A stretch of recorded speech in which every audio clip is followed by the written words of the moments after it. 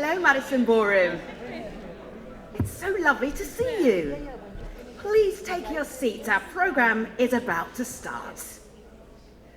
My name is Femi Oke. I am your MC for this evening. It is the least important piece of information that you will hear, but I know you may well be curious. Thank you, everybody. Please take your seats. Our program is about to start after we've done some epic photographs, apparently. Excellent. Let me tell you, as we are taking epic photographs. Here we go. Excellent. Excellencies, advocates, special guests, about what is coming up in the next 2 hours, hour and a bit. The Enough Global Campaign launch. You will hear keynotes, you will hear guest speakers, you will hear from advocates, you will hear about the issue and what is going to happen over the next 3 years. And you will all take part in a cooking show. But not quite yet. It is so good to see you, everybody, particularly on World Vision International YouTube. Thank you for joining us. Even though you can't physically be in New York, you're kind of with us anyway. So our program is about what is possible, what is intolerable, when we think about global child hunger and malnutrition. You will hear what World Vision International and their partners and their allies are going to do about that. But to start the evening, I can't think of a better way to start than with Andrew Morley, the CEO and President of World Vision International. He's very humble, but I know loud applause would get this evening off to a really great start.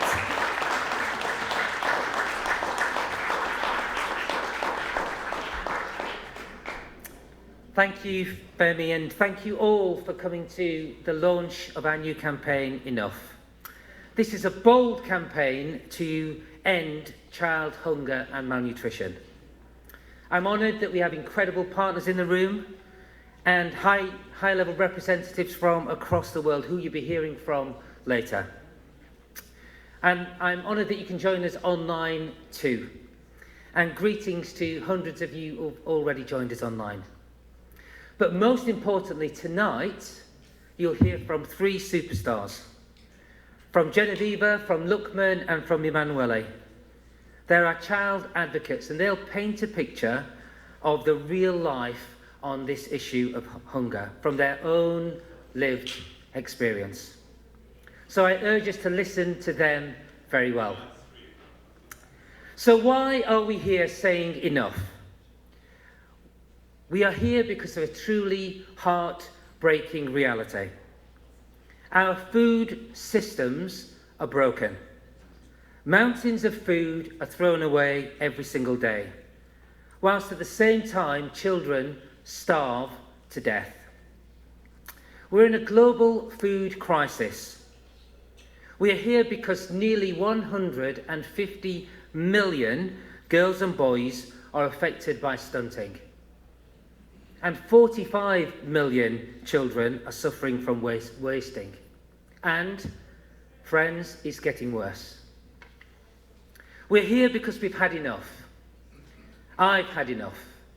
It's time for action. And I'd like to share a short story which has moved me deeply. It's the story of a hospital in the Democratic Republic of Congo.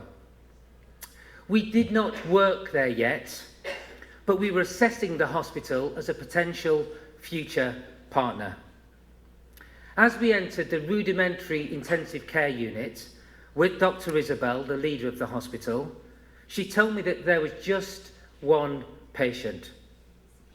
As I looked around the ward, I couldn't see anyone, so I thought there must be some mistake. The place was empty. Maybe I had misunderstood. But no. On one of the beds, right in front of us, was a small bundle of rags. Underneath that bundle of rags was Christian, a 6-week-old baby boy who had just arrived at the hospital. Dr. Isabel explained that Christian was severely malnourished and he was already suffering from multiple organ failure. He was so incredibly tiny, he was so vulnerable and so weak. All I could do was pray. His mum was forced to leave him alone. What a decision, as she was caring for her 3 other severely malnourished children. A few days later, I was absolutely devastated. I was heartbroken to hear that Christian had succumbed to infection as a result of being malnourished, and he died. So sadly, Christian had arrived at the hospital too late. He died at the age of just 6 weeks old. Now, the truth is that Christian did not need a complicated medical intervention if we'd have got there in time. All he needed was food. His family needed food. And they needed that food support earlier. And it was this experience with Christian which drove my passion to do all I can to ensure that no child ever has to go through this again. Not a single child. Over the 8 years I've been at World Vision, I've visited many countries. And this has been my most powerful and heartbreaking experience. And I hold that experience with me till my dying day. The good news is that since then, partnering with Dr. Isabel and her small hospital, we've saved the lives of hundreds of children through food and medical treatment for malnourishment. We've given Dr. Isabel the tools that she needs and she wanted to be the difference in the community that she always wanted to be. The cost was small, but the impact was huge. This is a problem with a solution. So our Enough campaign will address child hunger and malnutrition head on. We must end hunger and malnutrition for every child, everywhere. No nuance, no caveat, no excuses. We need to ensure children everywhere live life in all its fullness. And this is our number one priority. And it's a calling for all of us at World Vision. So we at World Vision will focus over the next 3 years on reducing hunger and improving nutrition for 125 million children across 67 countries where they're suffering the most. To get this activity started today, I can announce that we will provide $3.4 billion for this initiative over the next 3 years. That's $3.4 billion.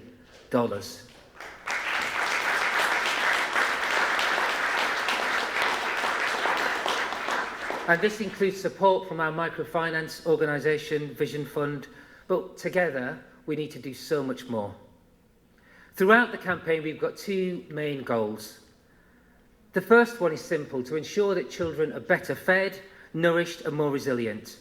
We want to end acute child hunger and malnutrition completely. Secondly, we want hungry and malnourished girls and boys to be visible. We want them to be heard and prioritised for funding and policy.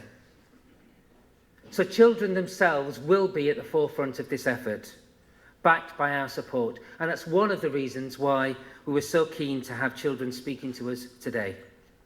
We'll advocate for the scaling up of food and cash assistance, and we'll advocate for increasing the school meals programmes across the world. We'll also promote micronutrient supplementation to break the cycle of malnutrition and hunger. But, brothers and sisters, we can't do this alone. That's why I'm so grateful for all of you here today, for your commitment, for your dedication, for your partnership, and for making the time to be in this room to hear our message. But we need more partners. We need more leaders with vision, with passion. We need more access to funding and the power to change policies. So friends, I urge us to unite, not just to speak, but to take action.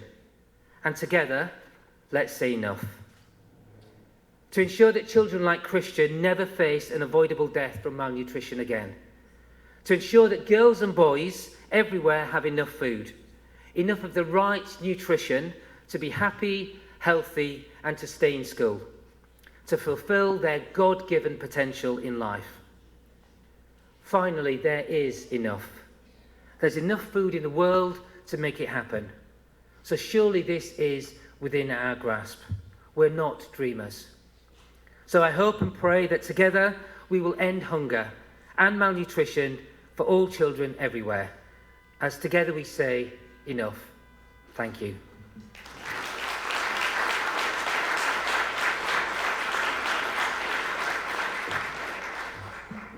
Going to introduce you to our keynote speakers. As I introduce them, they're going to come and sit in that chair, and that chair. Apart from the last one I introduced, who's going to stand here. All right. His Excellency Dr. Lazarus McCarthy Chakwera, President of the Republic of Malawi. So great to have you. Please take a seat on the stage. Thank you. Emanuela is a young leader and advocate for children's rights from Ghana. It is so lovely to have you. Please take a seat next to the President of Malawi. Try not to intimidate him, okay, Emanuela? Because I know that you really fight for gender rights for young women and young girls. Thank you. Welcome to the stage.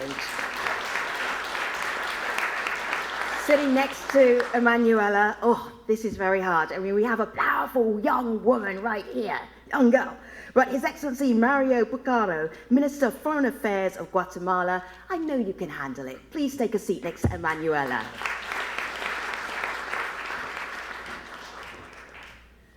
And then joining us for our first chief keynote is Mrs. Cindy McCain, the Executive Director of the World Food Programme. Welcome, ED. Please, the mic is yours.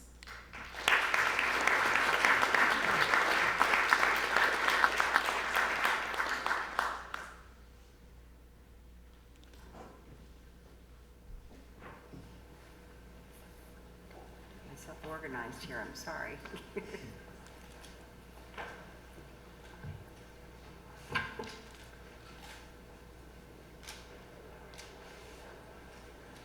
Well, first of all, I am so grateful to be here and to join Andrew and his team to talk about not just an issue that plagues all of us, because it does, but an issue that is literally killing the world right now.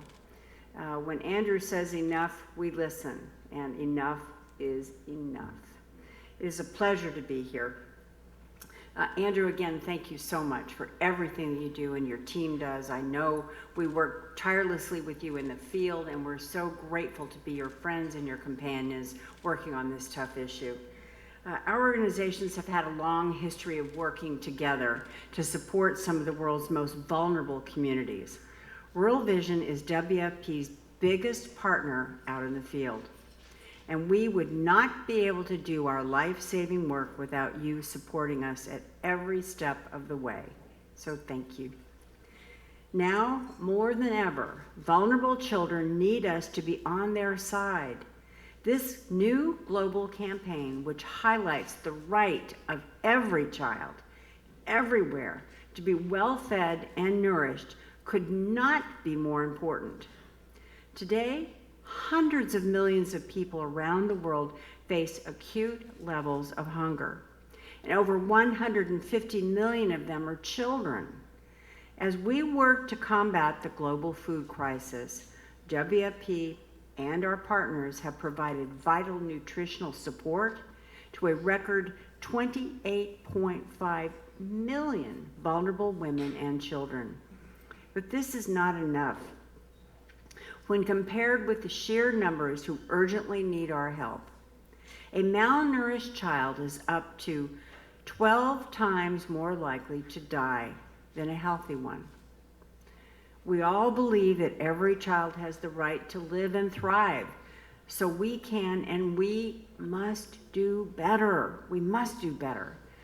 But effective prevention and treatment programs for malnutrition depend on predictable funding and sustainable delivery systems, so children on the path to recovery do not relapse.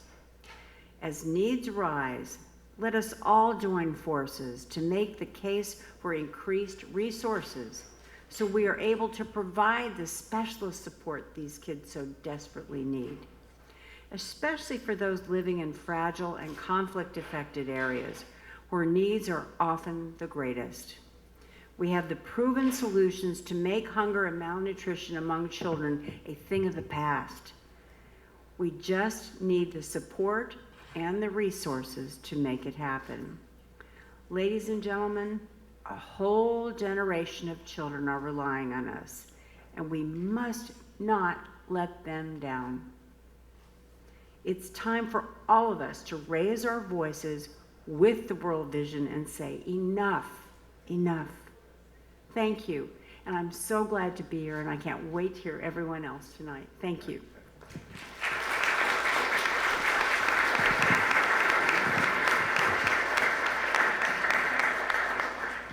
Your Excellency, Dr. Lazarus McCarthy Chakwera, President of the Republic of Malawi, please take the microphone and stand at the lectern. I was deeply involved in research because I was looking to see how many other global presidents are doctors of theology, and I couldn't find one apart from the one that's right here at the lectern. Your Excellency, are there any other presidents who are also doctors of theology? I think it's just you. I think it's just you. I guess you're I think right. you're unique. You do not need that microphone. You can leave it on your seat because there's one just in front of you. Fantastic. Wonderful. Looking forward to hearing your keynote. Thank you.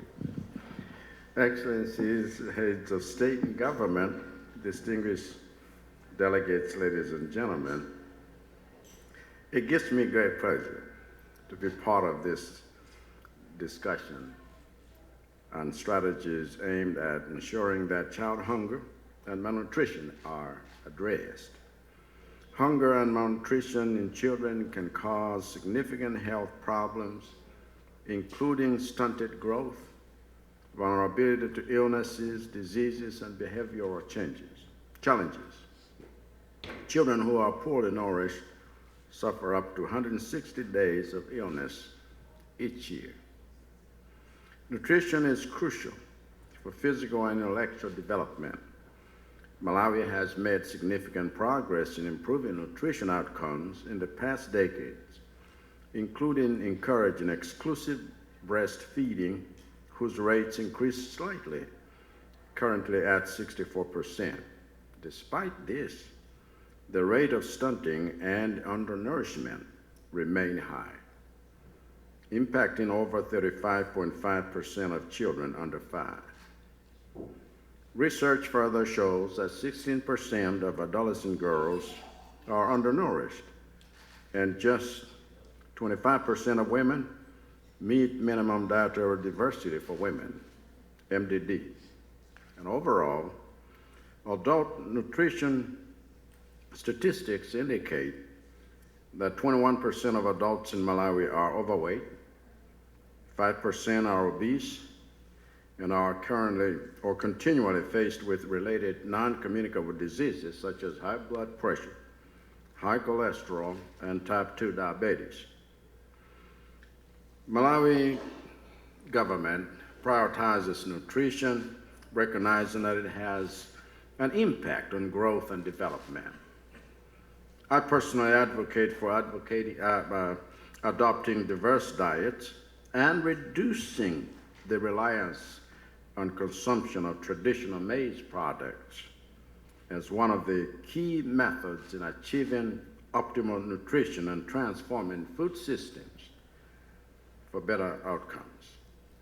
The Malawi Food Systems Transformation Pathway is one of the programs aimed at changing food supplies and providing community empowerment through linkages with cooperatives and community care groups. The Malawi Vulnerability Assessment Report of 2023 registered a negative net maize stock figure for the 2023-24 consumption season, brought on by reductions in production due to low usage of fertilizers, crop destruction by Tropical Cyclone Freddy, and post-harvest losses. In addition, the post-national disaster report following the cyclone highlights that crop losses have led to food scarcity, hindering proper child feeding practices and access to nutritional services. Health services are strained, exacerbating cholera cases. This, coupled with reduced food intake, is driving up acute malnutrition rates. Unfortunately, meteorological reports indicate that the upcoming 2023-2024 rainy season would be influenced by El Nino, potentially causing aggravated rainfall, which could severely impact crop production and food security.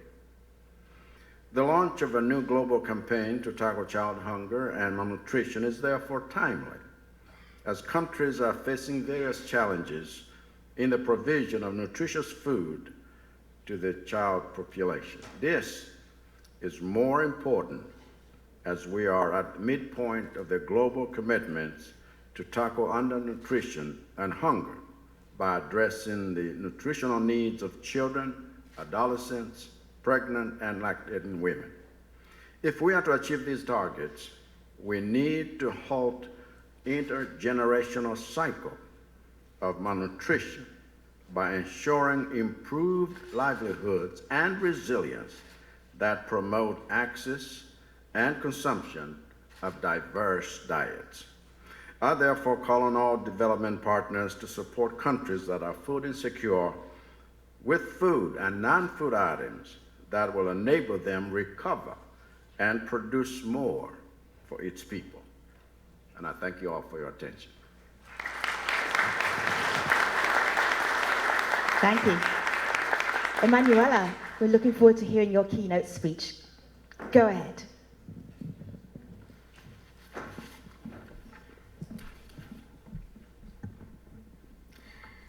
Ladies and gentlemen, good evening. My name is Emanuela. I am 17 years old. It is with an immense humility and pleasure that today I stand before you to share with you some pressing issues that affect millions of people around the world due to the impact of poverty on malnutrition and child obesity.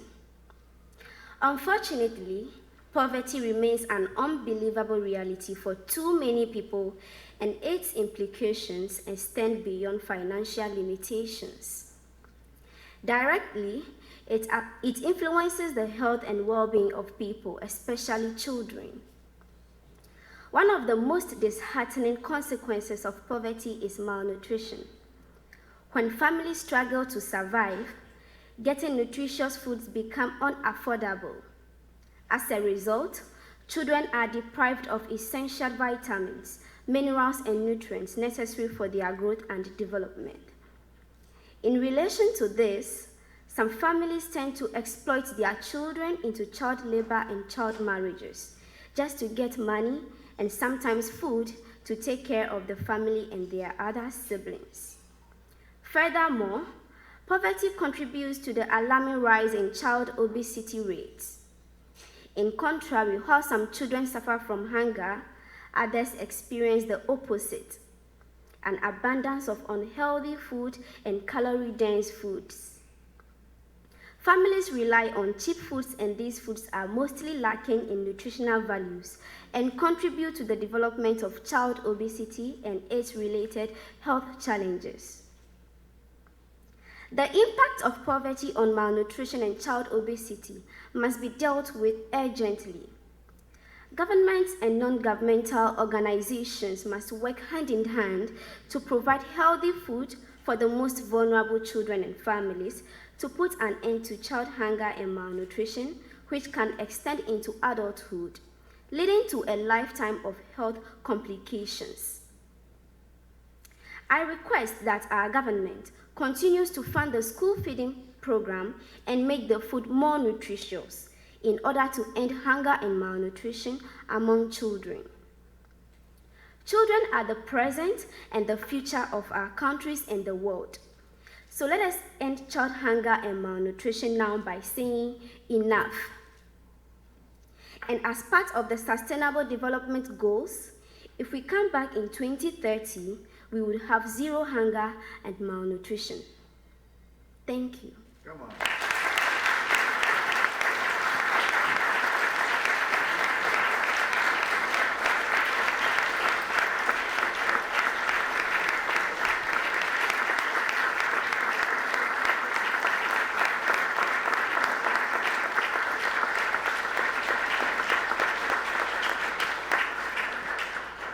So, Emanuela, just to one side of you, you'll see a microphone.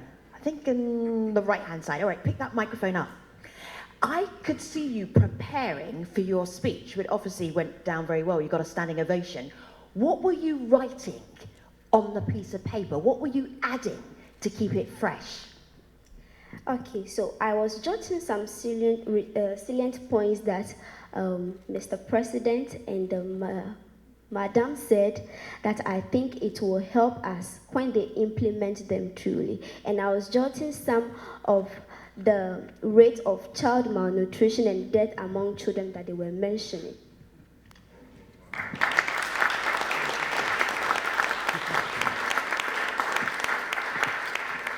I learnt an old African proverb. They do a lot of heavy lifting at UNGA, old African proverbs. I'm sure they're exhausted after the end of this week, but this one was a good one. He who wears the shoes knows where it pinches the most, right? That's a great one. So Emanuela knows where the pinching happens the most. I'm going to give you that old African proverb for free. You're welcome. Emanuela, thank you. We really appreciate you. Thank you so much. Okay. Oh, my goodness. How do you follow that, Minister Bucaram? Please, Minister of Foreign Affairs for Guatemala, please take the lectern.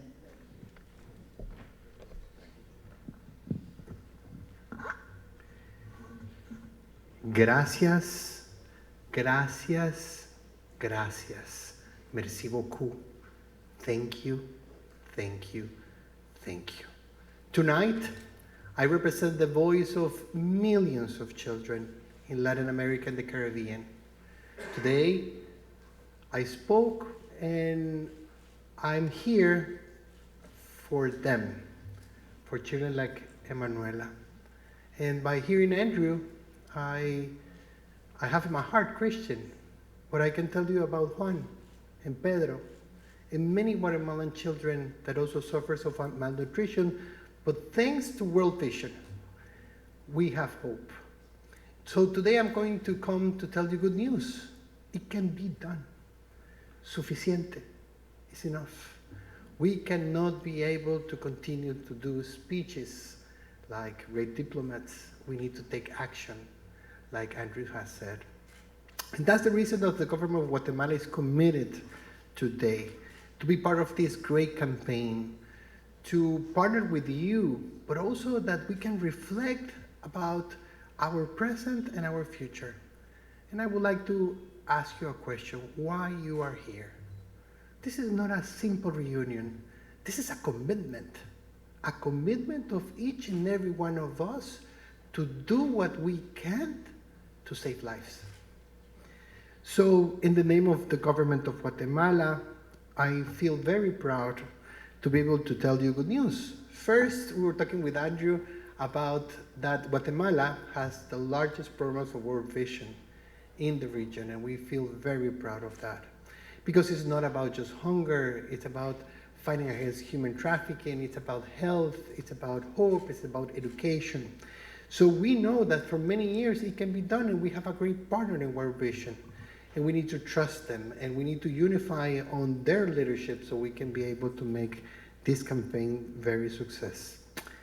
But there's traveling news. You know, the World Report of Food Crisis has given us a very alarmed data indicating that the highest figures of food security in the last 7 years are coming, and is interconnected with conflicts. We know the terrible situation that we have in Ukraine with Russia, economic crisis, negative effects of climate change, as the President has mentioned, also the effects of El Nino, among others. So sadly, hunger has a human face, and this is the opportunity for 150 million children, like the Executive Director of World Food Program has said, to come alongside and ahead together to mobilize everything that we have in a strategic approach. And I talk about strategic because we cannot be able to do individual endeavors so we can be able to achieve this goal. So today I want to give you my testimony, how the government of Guatemala has done it.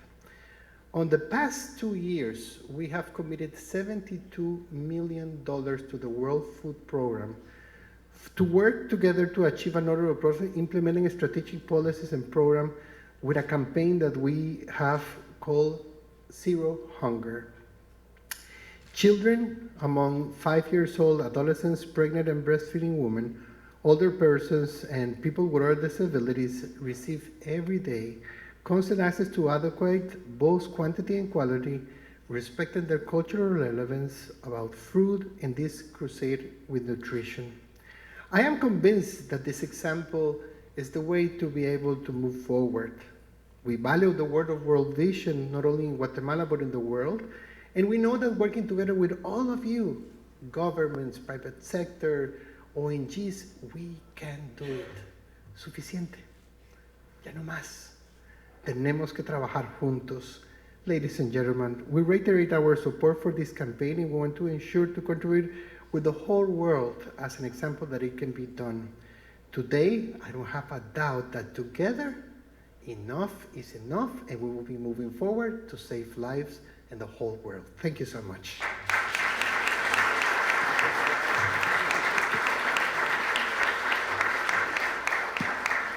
Thank you, Keynotes.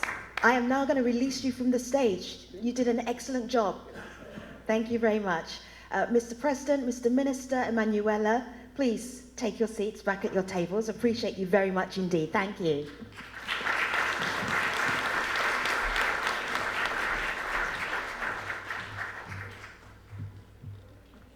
And now it is my privilege and my honor to announce the New York premiere of the Enough campaign video.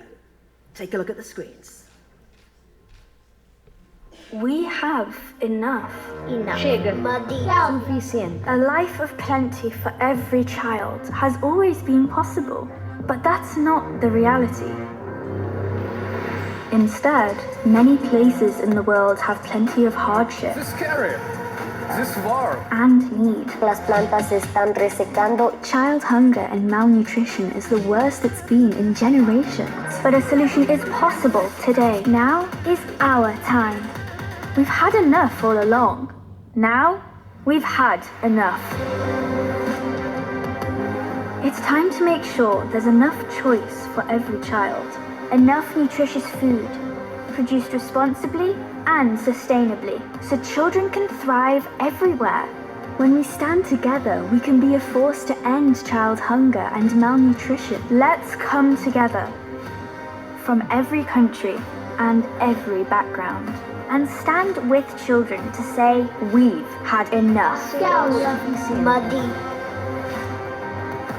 Now it's our time to join together and say enough.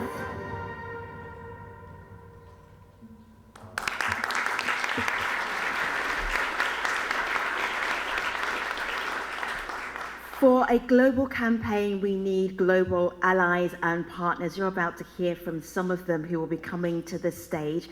As I announced you, you will come and sit in this chair, this chair, this chair, and this chair, apart from the last person who will come and stand right here. All right, there's a pattern developing here. Reverend Eugene Cho, President and CEO, Bread for the World. Good evening. Please take a seat. Welcome. Genevieve, who is a young leader from Tanzania.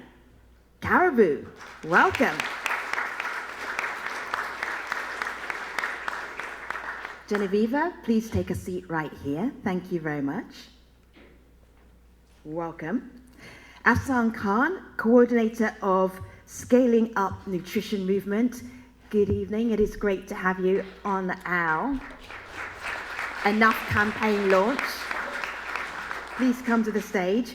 And Paul Newnham, Executive Director of SDG 2 Advocacy Hub. If you know anything about food, you definitely know Paul Newnham. Please take a seat, Paul. And then kicking us off right here at the lectern, Katarina Stenholm, Chief Sustainable Officer for DSM Firmenich. Welcome. I love that you took the long way. Striding across the stage. Welcome. Thank you. Girls and boys, ladies and gentlemen, Your Excellencies, it's an absolute pleasure to be here today. This week we have again been reminded about the urgency of moving from awareness to action to solve some of the biggest problems in the world, one of them being malnutrition. We know that, unfortunately, malnutrition and hunger is on the rise, as we heard many of our speakers already say today. There is more than 1 billion people that go hungry.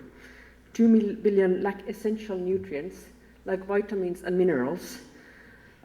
Many of them are, unfortunately, children. The Enough campaign is therefore very timely and much needed. DSM Firmenich is an innovator in nutrition, health and beauty. Through our food system commitments, we have committed to close the micronutrient gap for 800 million people. Today we already reach 600 million people with our products across the world. Many of them mothers and children with the biggest micronutrient gaps. We have a partnership with World Vision that goes already back 10 years. We have run pilots in many countries where we have looked into new business models, new ways of bringing nutritious food to children. We have not only looked at the nutritional aspects, also to promote livelihoods. We have looked at local sourcing. Big topic has also been high quality. We believe that this partnership with World Vision is an example of a private-public partnership, the power of such a partnership. When our objectives are aligned, we can achieve amazing things together. Now, as we continue our collaboration, we would like to scale our learnings. We know that we have been piloting, the results are fabulous, but we're still reaching too few children. We have to bring this experience to bear also in the Enough campaign, because we sincerely believe that together we have enough to end malnutrition and child hunger. Thank you. Thank you. Reverend Cho, looking forward to hearing from you. Thank you very much. I know you're very nervous that I'm a preacher. When preachers come up on stage, everyone gets a little nervous, long sermons, but it is an honor to join each of you. You are hearing some incredible personal stories, not just tonight, but throughout this week. And if you can, I'd like to just share maybe one more personal story. I want you to imagine speaking with a young child who is so hungry, so desperate, that he pulls out grass from the ground to consume it simply to satisfy his hunger pangs. Imagine a youth who's been instructed by his mother to scourge through garbage bins of restaurants, and the youth's job is to collect as many used eggshells, who would then give it to his mother, who would then take hours, if not days, to grind those used eggshells into powder, who would then pour that fine powder into boiling water to create a soup base in order to provide her version of nutrition for her 6 children. This isn't just the story of a random child or youth. This is my father's story. My father was born in a small village outside of a larger city called Pyongyang, which is now the capital city of North Korea, way back then when there was only one country called Korea. He later fled to the south and survived the Korean War. And I wish all of us could sit here and say that these sorts of stories are stories from many, many decades ago. But as we've heard tonight and throughout this week, and as we all know, these are two common stories happening now in dozens of countries. As you've heard already, the largest global hunger crisis of modern history is unfolding before our eyes. Now, we're all here because we care. We're here because we're all doing something, but we should also acknowledge that it is not enough. We need more urgency, more action, more faith, and we need more advocacy. I've had the privilege of working with World Vision on many occasions, have traveled to several countries, and even seen with my own eyes the impact. Bread for the World has partnered with World Vision throughout our long two histories. And we pledge to work together as we urge our lawmakers to do all that they can to pursue a world without hunger, to pursue a world without children starving and malnutrition. Friends, we don't believe that politics is the ultimate answer, but we know that politics matter because they shape policies, and policies always impact people. And as a Christ follower, every time I read the scriptures, I know that God cares about people, and particularly for the vulnerable and for children. So as we partner with World Vision and with all of you, may we form a large choir of advocates in a world that sometimes feels as if we live in a world of scarcity. May we pray, believe, and act that we have enough to end child hunger and malnutrition. Amen.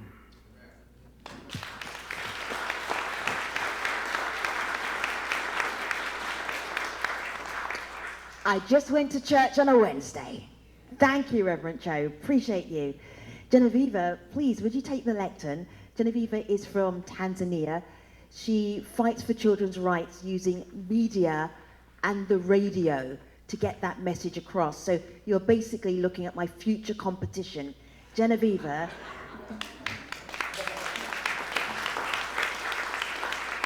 I am quaking, but can't wait to hear from you. Welcome, Caribou. Thank you. Good evening, ladies and gentlemen. My name is Genevieve. I am 13 years old from Tanzania. In most cases, children are not involved in decision making that affects their life. I thank God through World Vision, I have been able to advocate for many issues, including ending child marriage and pregnancies. I am very happy to get this opportunity to represent many children from Tanzania and East Africa regions in raising our voices in addressing child hunger and malnutrition. Hunger is caused of lack of food. When a person does not eat enough food for a long time, it will cause poor nutrition. Food should not be enough in terms of amount, but also in terms of quality, to make it a balanced diet. Some people are suffering from malnutrition even without knowing because they eat the same food every day and not getting a balanced diet. Other causes of hunger are poverty, lack of enough rainfall, conflicts, wars, and loss of jobs, including death of parents and caregivers. I am coming from Iringa region, Tanzania, where 56.9% of children are stunted due to poor nutrition. Many children in my region are not growing well or properly. They are weak and they can be easily attacked by diseases. Hunger is really a problem, and I have experienced it with my ears and eyes. Some of my friends told me that they only eat 1 meal per day. All this made me realize why my region is in the top region with poor nutrition caused by unbalanced diet.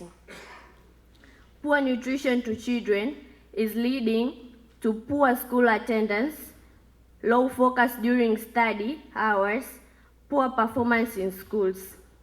Girls in my region are dropping out of school due to child pregnancy, and they start engaging in paid work in order to feed their children. Other girls are going in other regions to do domestic works.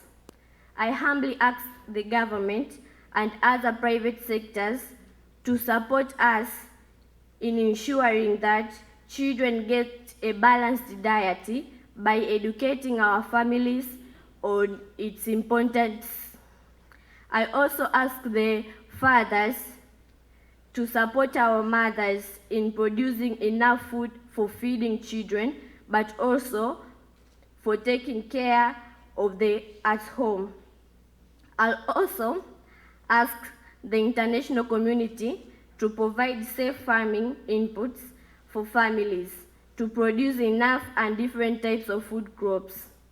This will enable children to get a balanced diet instead of depending on only maize and potatoes, which are commonly available in my region. It is my hope that our voice through this campaign will be heard and pain that children are facing will be addressed and reduced. Thank you for listening to me.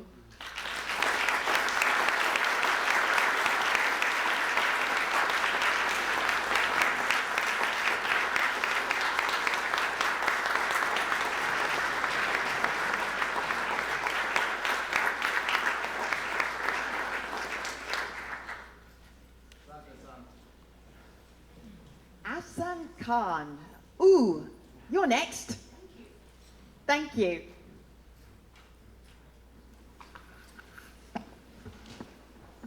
Excellencies, ladies and gentlemen, World Vision colleagues, I'm very honored to take part in the launch of World Vision's Enough campaign.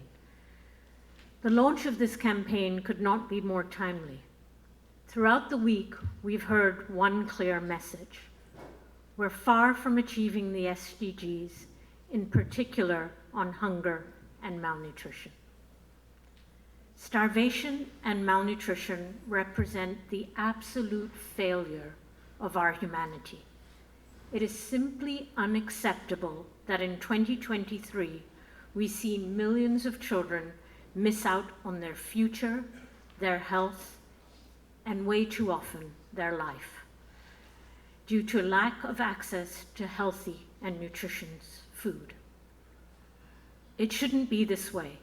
As was highlighted repeatedly this week, we all know what to do, we know how to do it, we just have to do it. For this to happen, we need much stronger political will, more financing, and better alignment behind national priorities. Importantly, we must start listening to those most affected: our children, young people, women, and mothers. As Emanuela and Genova have shown us very clearly and eloquently today, they have recommendations, they have solutions, they have answers. I'm also delighted to see the full alignment of the new Enough campaign with the Sun approach, as it recognizes the importance of multi-sectoral programming and the need to address the underlying systemic and root causes, the need for better evidence and advocacy, the role of strategic partnerships, the leadership of women, youth, and children, and last but not least, the need for increased financing. In this regard, I very much appreciate World Vision's commitment of investing another 3.4 billion through this campaign on nutrition over the next 3 years. This funding is surely sorely needed, particularly at the local level, to work alongside local communities. The Sun Movement stands ready to work with our partners to bring forward concrete solutions to make nutrition central to the transformation of our health, food, and finance systems, as well as in social protection, water and sanitation, education, and climate action. As a movement, we're ready to work together with governments, donors, business sector, civil society, and other decision makers to implement the commitments made in the SDGs, building on a world where every child enjoys nourishing food for a healthy, resilient future. Again, thank you and congratulations to the leadership you're showing today. On behalf of the Sun Movement, I look forward to continuing our strong collaboration together as part of the Enough campaign. Thank you. Aslan, thank you so much. If you're thinking, how does this huge global campaign work? Well, it works with collaboration, collective action, and you're hearing that right now and right here on this stage. When I think about disruptive action, creative, impactful, connected with food, Paul Noonan always comes to mind. He's an alum of World Vision. And I've probably built you up too much now, because what are you even going to say after that build-up, Paul? You should probably end now. Thank you. The lectern is yours. Thanks, Paul Noonan.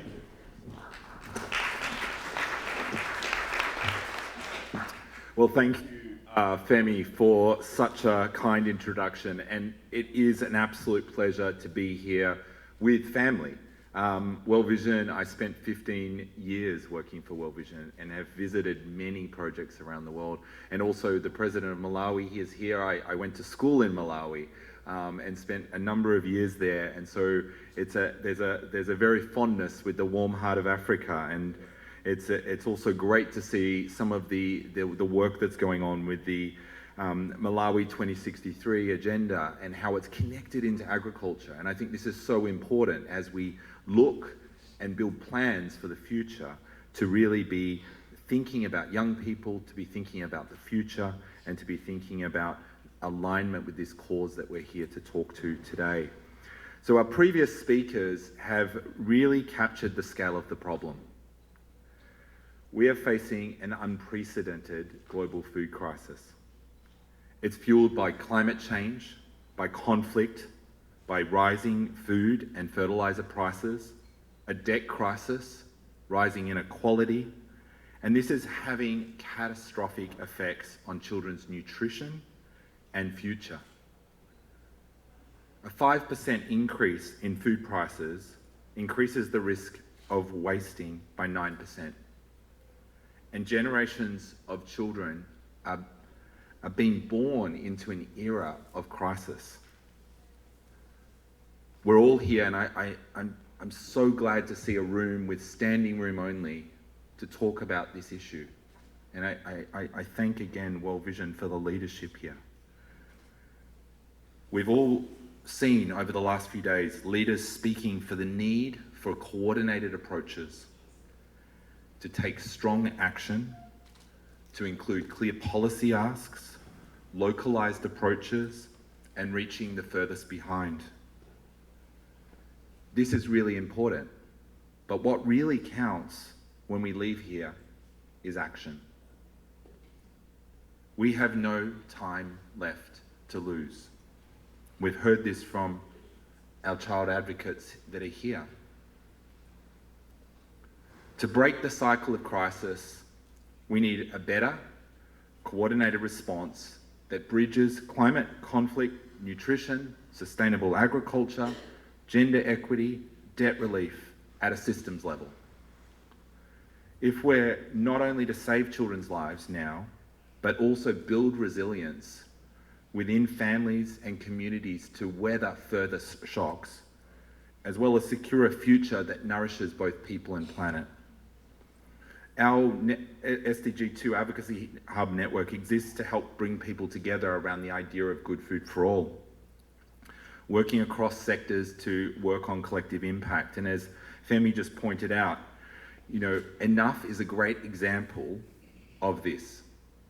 You've gathered faith leaders, UN agencies, private sector, all here tonight from across the spectrum, all here not to do the same thing, but to work together, to bring their unique gifts, their unique perspectives to help us address this, to provide good food for all. And I think this is something that we can all agree on, and it's something that we have solutions for. We can equip smallholder farmers with the right tools to grow nutritious food in a changing climate, to scale up RUTFs to reach children that are in need, to ensure universal access to nutritious school meals, and to accelerate food system transformation.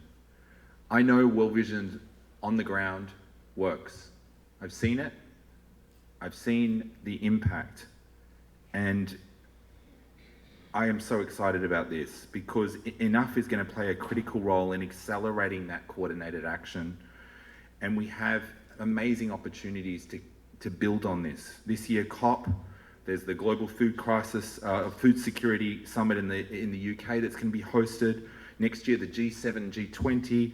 They're all critical moments for impact. And we hope that the Italian and Brazilian governments will show leadership on food and hunger, and we're hearing very positive signs on this. We want to make sure that the global food crisis is no longer the elephant in the room. But to make impact, we have to work together with a unified and powerful voice that demands action from our leaders. With 7 years left to achieve the SDGs, child malnutrition cannot remain the elephant in the room. We've had enough. Thank you. Thank you, Paul. Thank you, Reverend Joe. Thank you, Genevieve. Thank you, Ashlan. Thank you, Paul. Ashlan, you wrote some things down, and that always bothers me because I need to know what you said, what you wrote down, and I know the audience and YouTube needs to know also. What did you write, please? I'm learning from Emanuela, right? And when I saw the statistic on the food price increase and the increase in wasting, and I saw what's happening to food prices across the globe now, we have a very real challenge. And as I said at the last event with World Vision, we have 3/4 of the children that are wasted not in humanitarian situations. So we've got a lot of work to do together. And I think the Enough campaign will be a big part of that. Thank you. Thank you. On your tables are a cutlery set, except for the VIP table. Don't worry, VIP table, just lean over to the other table and take a cutlery set from those tables. The cutlery set is sustainable. You can use it over and over again, and it is our little gift for the Enough campaign launch. Do not leave it on the table. Do take it home with you. So if you've seen it and you're thinking, oh, this looks good, put it in your bag, put it in your pocket. You're welcome. It is for you. Guest speakers, thank you. Go and get your knife and fork and spoon. Appreciate you. Thank you. I did promise you a cooking show, but before the cooking show, we have Luckman, who is a youth community leader, and Andrew Morley, who are going to talk to you together. Andrew, Luckman, do come and join us. Thank you.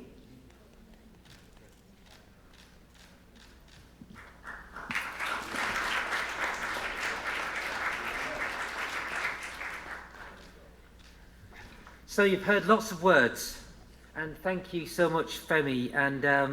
But I can't think of a better way to close the formal part of this event than hearing from one of our young experts and young advocates. So Luqman from Bangladesh, we are so looking forward to hearing from you, sir.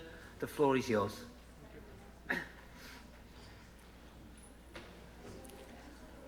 Good evening, everybody.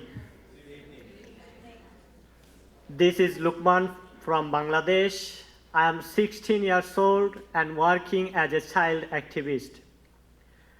Today I am truly honored and delighted to have the opportunity to speak and represent the children of Bangladesh as well as the whole world. Ladies and gentlemen, we all are introduced with the terms conflict, climate change, high prices, and they have become a big concern in the present world. If we think deeply, we can see that these issues are closely related to the hunger crisis. For example, 70% of the world's hungry people are living in areas afflicted by war and violence. Conflict causes food shortage and high prices of commodities, resulting in a hunger crisis. Also, due to climate change, as global temperatures and the sea levels rise, the result is more heat, waves, cyclones, droughts, and wildfires. And these conditions make it difficult for farmers to grow food and for the hungry to get it, which also causes a hunger crisis. Brothers and sisters, in my country, Bangladesh, child marriage and child labor are two of the biggest problems in establishing child rights. And we found that poverty is most responsible for this. Due to hunger, poor parents are forced to employ their children to work and hand over their daughters to other sons at an early age. As an example, talking about my neighbor, her name is Tuli. She too had a dream to complete her studies like other children. But due to poverty, she too was subjected to child marriage when she was at the age of 14. Not only that, she got pregnant at adolescent time and gave birth to a severe malnourished child. But unfortunately, her child could not celebrate his first birthday. He had to accept an untimely death. Only Tuli? No. There are thousands of children like Tuli in the alleys of Bangladesh. And also it is not only the image of Bangladesh, but also the image of children from different countries around the world. But no more. That is enough. We have enough to end child hunger and malnutrition. Now it is high time to raise our voices against hunger and work for the hungry people. For this, we have to break the cycle of conflict and hunger, increase sustainability, and build resilience to climate change. After all, the world community, as well as government, non-government organizations, civil society organizations, community-based organizations, community leaders, faith leaders have to come forward to prevent the hunger crisis. Then it will be possible to create a hunger-free and child-friendly world. Thank you everybody for listening me.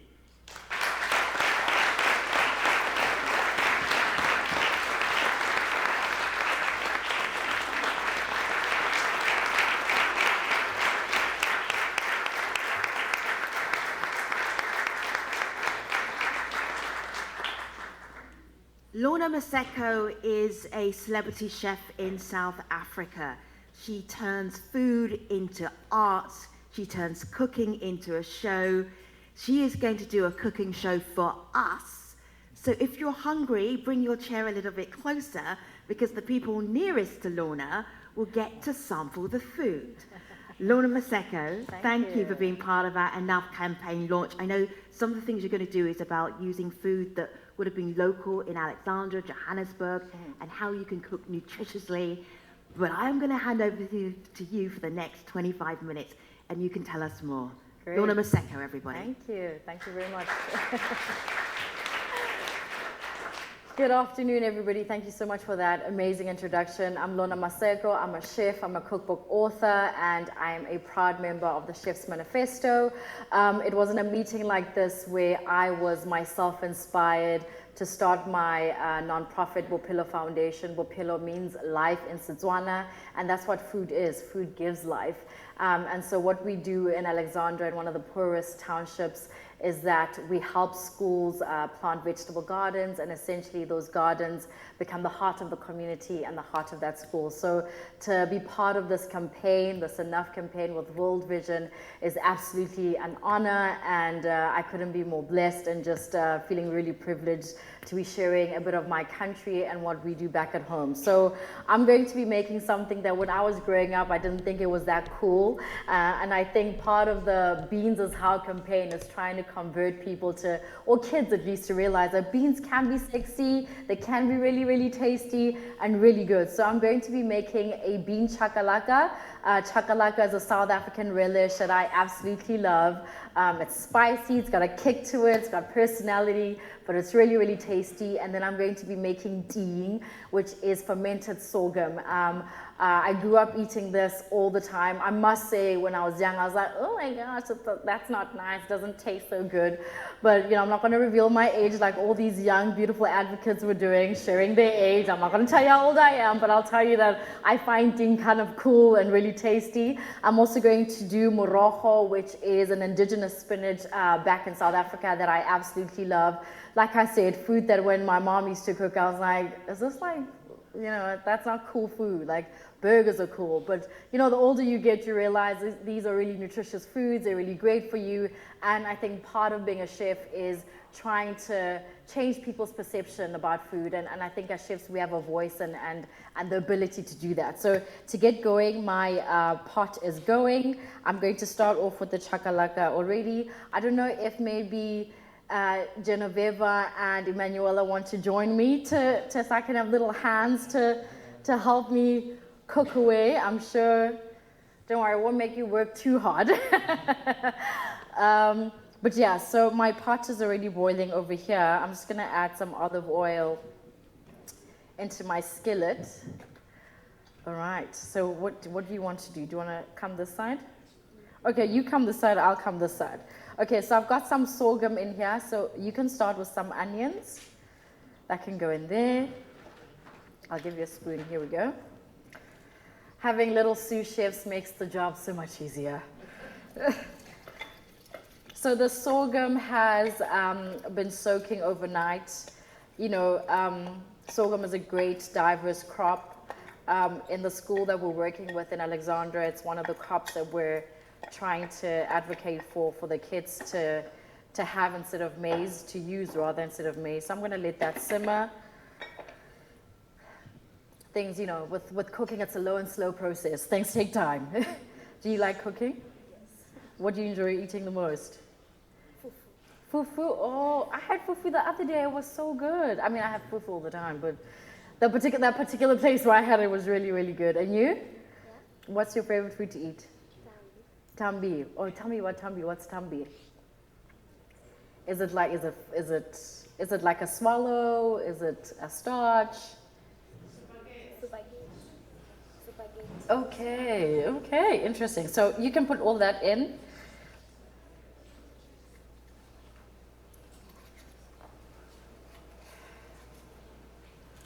Thank you. We just need that we need some action. The sizzling kind of tells you it's showtime and things are happening, but we don't have a sizzle yet, so we'll give it some time. Okay, so tell me about tambi. I've never had it before. Super good. What is it like? You can't describe it. That's okay. That's okay. And what do you enjoy eating fufu with? Fufu with palm nuts. Okay. And snails and mushrooms. Oh, girl. Okay, that's nice. And do you like it with okra? With like an okra stew? No. Oh, no. No okra stew? No. One of my favorite Ghanaian things to have is shito. Shito with I kinky. Yeah, oh my gosh. I love shito. Do you know how to make shito? Yes. Do you make it well? Yes. Oh, okay. Do you like red shito or green shito? The black one. The black one, yes, Yes. the black. You like the black Yes, shito? the black Okay. That's amazing. So that's doing its thing. I'm just going to increase the heat a bit more.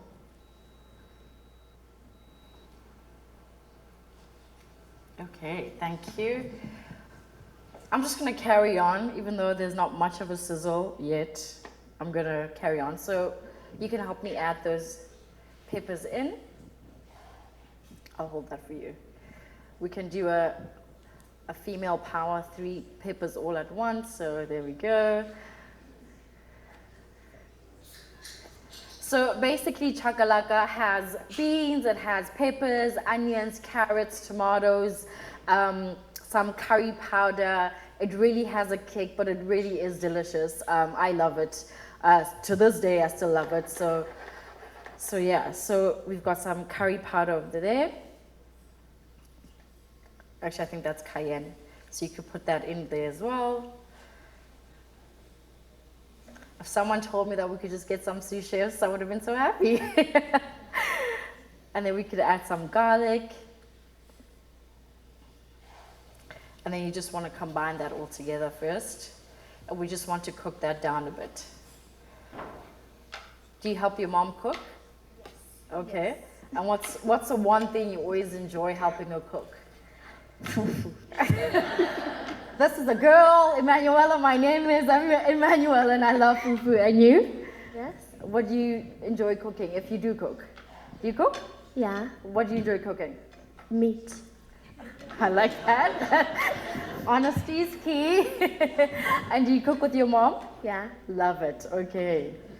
All right, as you can see, it's changing color. It's coming together. It's smelling really, really great here, which is great. Just gonna add some of that in there. Genevieve, I'm gonna come make you work a bit. I'm gonna actually make you swap around because you're a fufu girl, right? So you know how to. So Emanuela can do the fufu. You can come this side and do the chakalaka. Have you ever had chakalaka before? No. I think it's more of a South African thing, right? Yeah. So you're gonna keep stirring that up. I feel like my job here is done. I love it.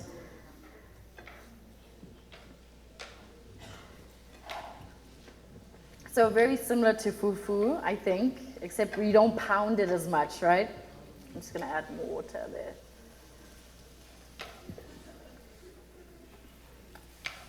Okay. Is it smelling good? Yes. I paid them to say that as well. I'm kidding.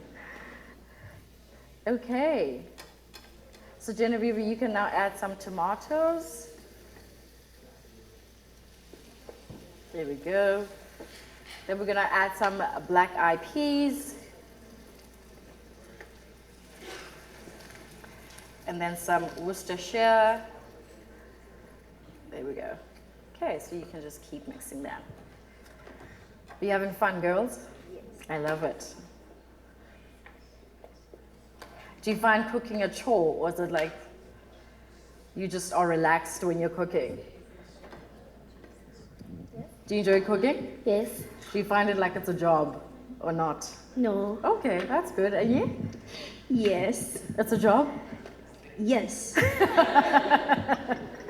Like I said, honesty is very key in this kitchen. Okay, so we just keep going. Just gonna add a bit of salt to that. Do you put salt in fufu? No. Okay. It's only the soup that we put salt. Okay, and what does the soup have in it? Meat. Okay. The palm nut soup is made from palm nut fruit. Okay. Seasoning. Okay. And pepper. Yes. So you love hot food? Yes. If it's hot, you don't like it. If it's not hot, you don't like it. I love it. Okay, so we're gonna add some salt over there. And then just, that's a stock cube that we're gonna put in there. Okay, cool. So you kind of want this, almost a similar consistency that you would have had with fufu. So you have to put your back into it, girl. There's a food that we prepare like this. Okay. It's called akbele. Okay. Yes, so we prepare it like this. Oh, very similar to that. Yes. What's it called? Akbele. In which part of Volta Ghana? region. Okay, interesting. Okay, so we're gonna let that chakalaka just continue to cook in its spices. I'm gonna add this in as well. The carrots. Okay. If Paul told me that I'd have incredible chefs helping me, I would have just sat down in my chair. I love it.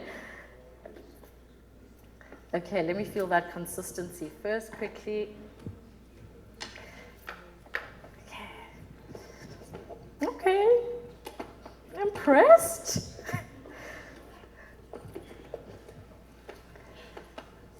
All right.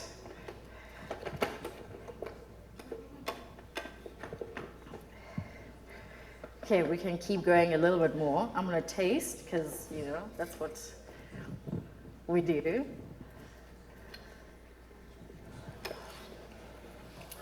Okay. We're having chakalaka in America, kids. I love it.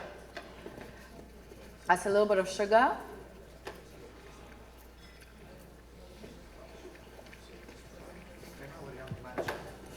Oh, they absolutely. So what I'm going to do is I'm going to put this away and put it over here. Great, thank you. I'm going to just taste we still have to do the morojo, which is, are you happy to join and help? He's like, no, thanks.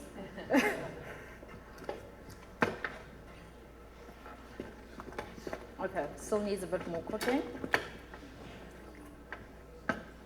Okay, thank you. Thank you so much. We're going to let that just simmer. Thank you very much. You can sit if you want, or you can still stay here. Yeah, thank you. Give her a round of applause, ladies and gentlemen.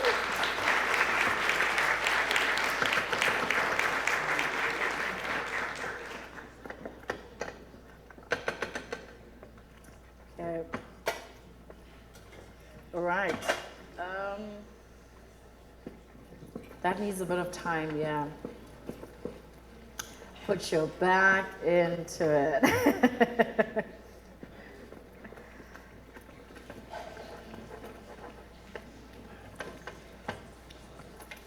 Do that.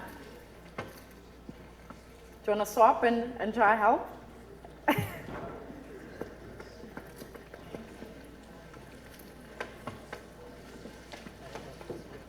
You're just a spectator, I love it.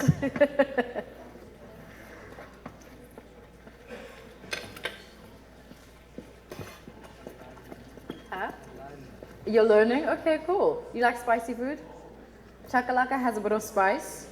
Not too much, but still edible and, you know, still good. Okay, so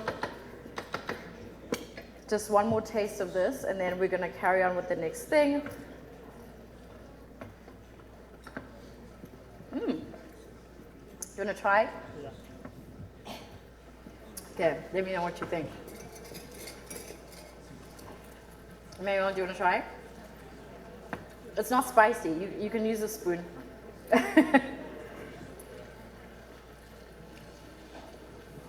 What do you think?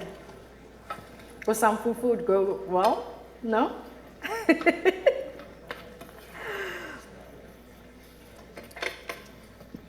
Okay.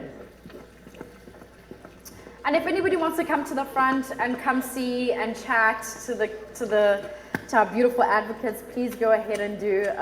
We're going to finish this off. If you want to taste it as well, you're more than welcome. Thank you.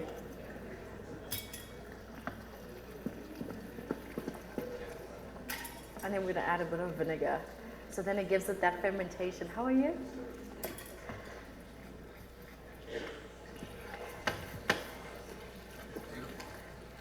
Yeah, it needs a bit of time, but we're at it slowly.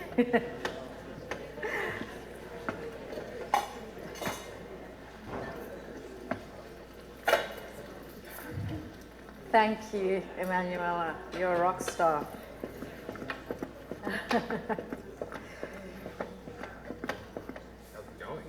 It's going. Ooh, smells good. I don't know. Can I get a good picture? Yeah. Do you want to get it? Is this way? Here we go. It is. And look right here.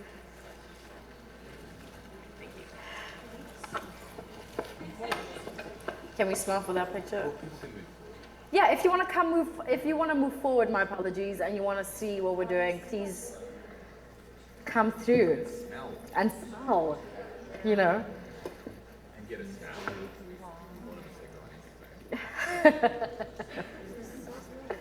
It's over there.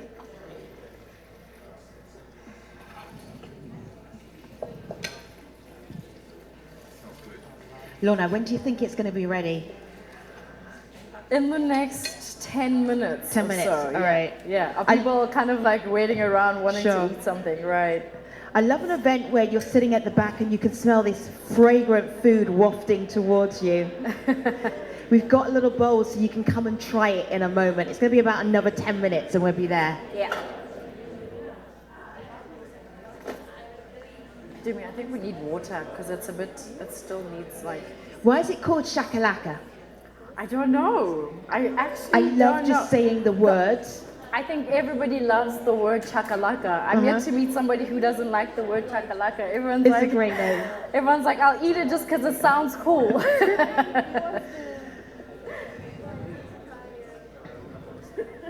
Yeah, please, go ahead. He wants to try and move it around. Yeah, go ahead.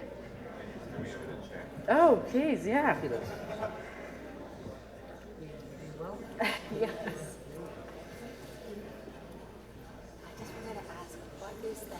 So that's sorghum that she makes them sorghum mixed with a bit of maize meal. Yeah. Does everything go together, or is like? It does. No, it does go together. So you take the sorghum, you dip it with the chakalaka, and you have some of the spinach that I'm gonna get going with. Yeah. Come a little close if you're curious. You can actually come right up to the table. Closer you come, the easier it is to see. Lorna's taking questions as well. Yeah.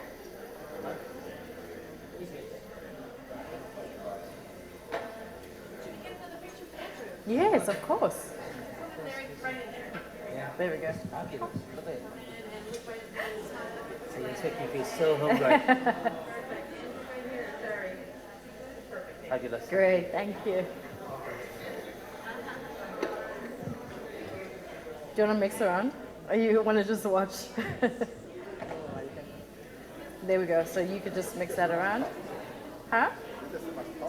So I mixed the sorghum with a little bit of, yes, with a little bit of maize meal, just so that it holds a little bit more, yeah. If you have questions, come right up. Lorna is taking questions. I know, we should have made fufu, right?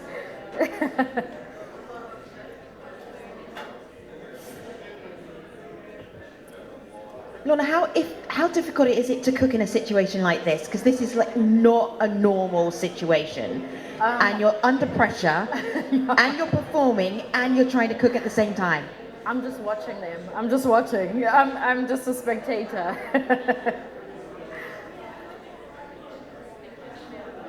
Okay.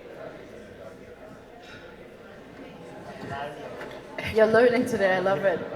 I'm learning. Can you cook anything? What's your speciality? Yeah. What's your speciality? What are you good at cooking? I have pasta and Pasta and sauce. Okay, that's good. That's good. Nothing could go wrong with pasta and sauce. Okay. So you can just leave it. Just familiar to this food.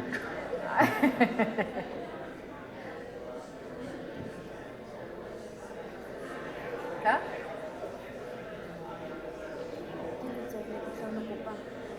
Oh, it's No, but it doesn't taste. Oh, you taste it? No, give it no reaction. It doesn't work.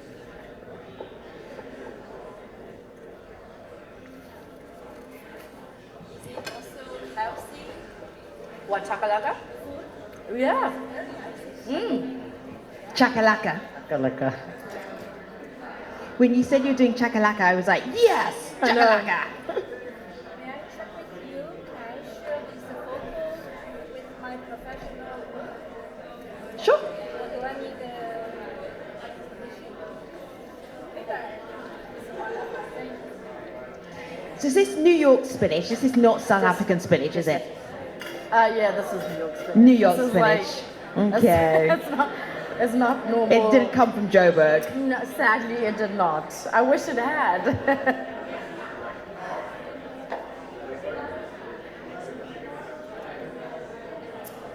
Thank you, Emanuela. You're amazing. I just need to let it get a little.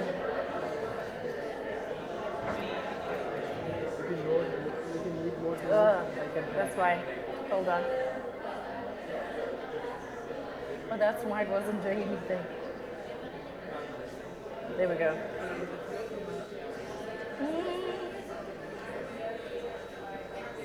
This cooking demonstration ends with everybody having a little taste.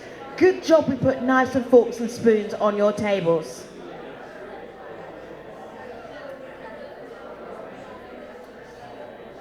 Oh, I didn't realize I should go higher. No?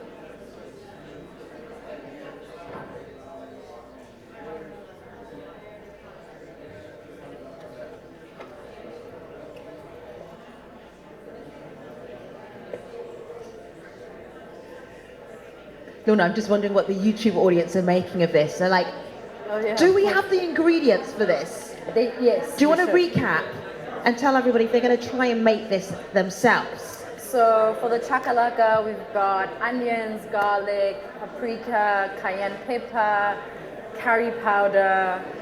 We've got our peppers, black eyed peas I use this time around, tomatoes, carrots, and then we've got some sorghum with a little bit of maize, and some spinach that's Okay, very good. cooking away over here. Excellent. Okay, thank you. Thank you so much. Thank you. Look, I don't think you did anything really. But good effort. Thank you.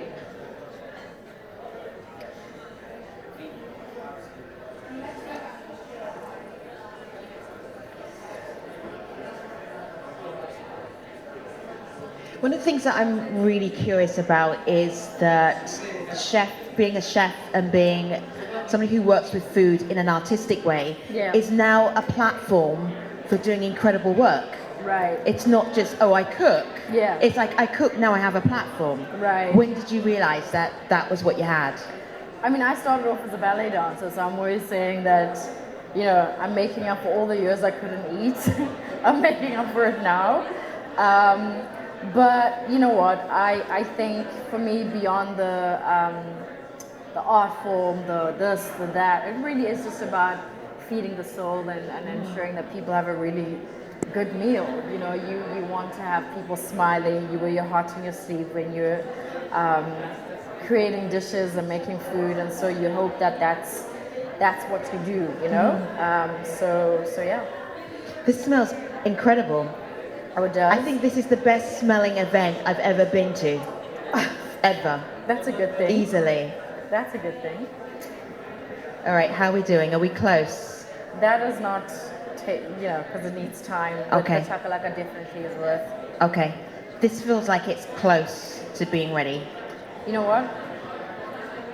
We'll do that. Finish that off, and then people Okay. can just try that. Yeah. That needs like 2-3 hours. 2-3 hours? Just because sorghum needs time. Ah, okay. So that was more like a demonstration. It, absolutely. But yeah. the shakalaka and the what's the spinach? The Yeah. spinach can be tried right now. Yeah. Okay. It's not the right spinach because we're in America. No, but it's okay. And what is that for the top of the yeah, shakalaka? I'm just gonna put on top. Okay. So then we can get people to come and try, but you tell me when it's ready. Yeah, absolutely. Okay. Thank you for doing this. No, it's thank one you. of the hardest things I think must be to do is to cook and talk and share knowledge and taste at the same time. Yeah, I something that's got a crunch to it. What do you think? Shall I invite people up? You can. We don't have plates, I'm assuming. Oh, no, we've got little bowls. We've got a little bowls. Okay. I'll just do that way. All right.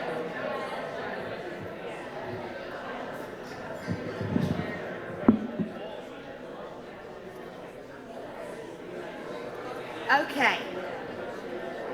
We have been torturing you with the beautiful smell of shakalaka. So now I'm going to see how bold you are and come and try some of Lorna Maseco's cooking with help from Luckman, Emanuela and Genevieve. So, room, do come and join us. Come to the front and have a little try and have a little taste. And then I'm going to wrap up the whole night. I need a couple of volunteers. All right, great. Do come to the top of the room. Who else would like to try? Little bowls here. Bring your cutlery. And I'm going to say thank you to Lorna Maseco. Thank you to you. And thank you for coming. All right.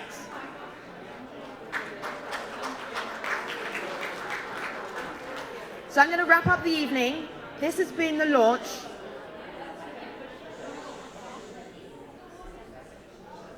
This has been the official launch of the Enough campaign. Thank you for participating online, in the room. We are going to be doing this for the next 3 years. I'm wrapping up the evening so that you can talk and enjoy each other's company and socialize. Try some shakalaka from Lorna Maseco and also refreshments at the back of the room. You have so many places you could be this UNGA 78, and I'm so glad that you're here with World Vision International to launch the Enough campaign. And now, enough from me. And I'll let you enjoy the rest of your evening. Good night, everybody. Thank you.